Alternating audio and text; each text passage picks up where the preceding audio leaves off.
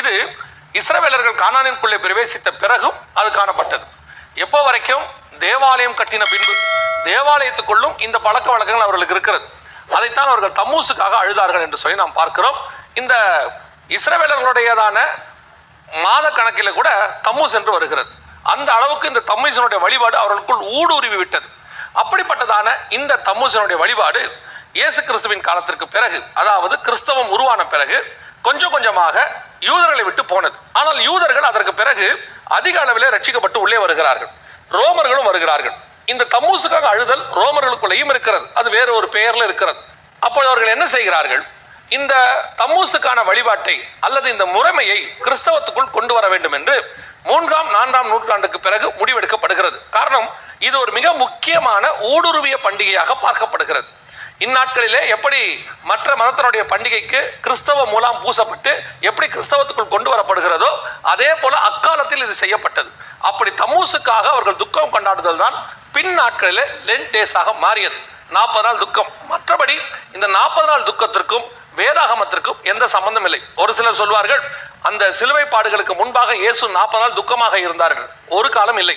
அவர் சில நாட்களுக்கு முன்பாக எருசலேமுக்குள்ளே நுழைகிறார், ராஜாவாக நுழைகிறார், கழுதையின் மேல் நுழைகிறார். அப்பொழுது சந்தோஷமாக இருக்கிறார். அதற்கு பிறகு பஸ்கா ஆசாரிக்கிறார்.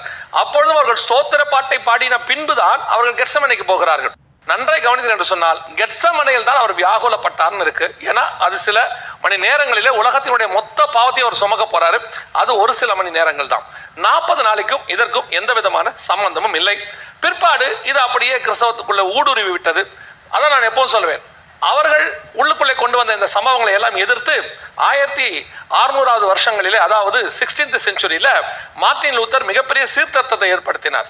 அவரால் சீர்திருத்தத்தை ஏற்படுத்த முடிந்த அளவிற்கு டிரான்ஸ்ஃபர்மேஷனை ஏற்படுத்த முடியவில்லை. காரணம் என்னன்னா, சீர்திருத்தம் பண்ணும் போதே இதையெல்லாம் அவர் ஒதுக்கி இருந்தாரா நல்லா இருந்திருக்கும். அதுல இருந்து ஒரு சில காரியங்களை அடாப்ட் பண்ணி கொண்டு இதில் வந்து விட்டார். அதுல வந்த ஒரு சில காரியங்கள் தான் இது. இப்பொழுது இப்படிப்பட்ட காரியங்கள் கொஞ்சம் கொஞ்சமாக பல ஆலயங்களை விட்டு வெளியே போகிறது.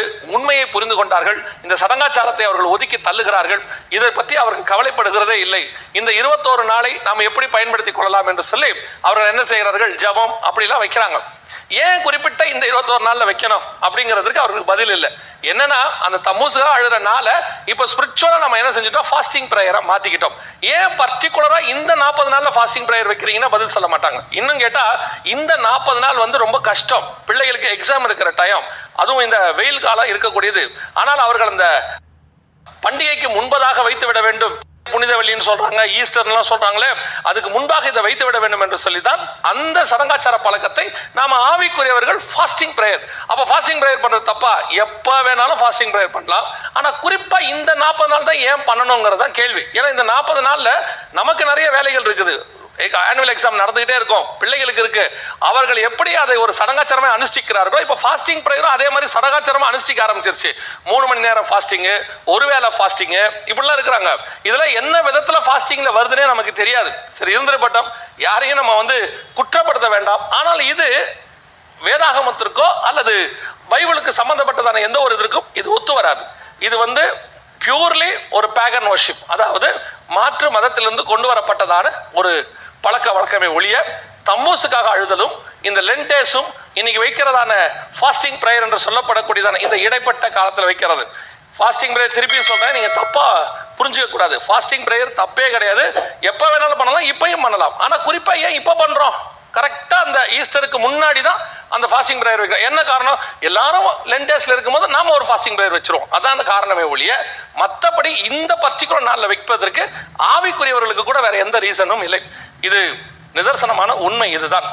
இன்னும் கூட இந்த தம்மூசுக்காக அழுகிறத குறித்து வேதாகம ரீதியாக நான் உங்களுக்கு ஒரு ப்ரூஃப் சொல்லணும்னா, இயேசு தெளிவா அந்த பாடுகள் மத்தியில் போயிட்டு இருக்கும் போது நமக்கு ஒரு வசனத்தை சொல்லிவிட்டு தான் போனாரு. அவ்வளவு தெளிவா சொல்லியிருக்கிறார். என்ன சொன்னார்னா, எனக்காக நீங்கள் அழ வேண்டாம்னு சொல்லியிருக்கிறார். உங்களுக்காக உங்கள் பிள்ளைகளுக்காக அழுங்கன்னு தான் சொன்னார். இன்னைக்கு உட்கார்ந்துட்டு நம்ம இயேசுக்காக அழுதுட்டு இருக்கிறோம். இது அவர் வார்த்தையை மீறுதல். அவர் சொன்னதுக்கு ஆப்போசிட்டா செய்யறது, அதுவுமே தப்பு தான்.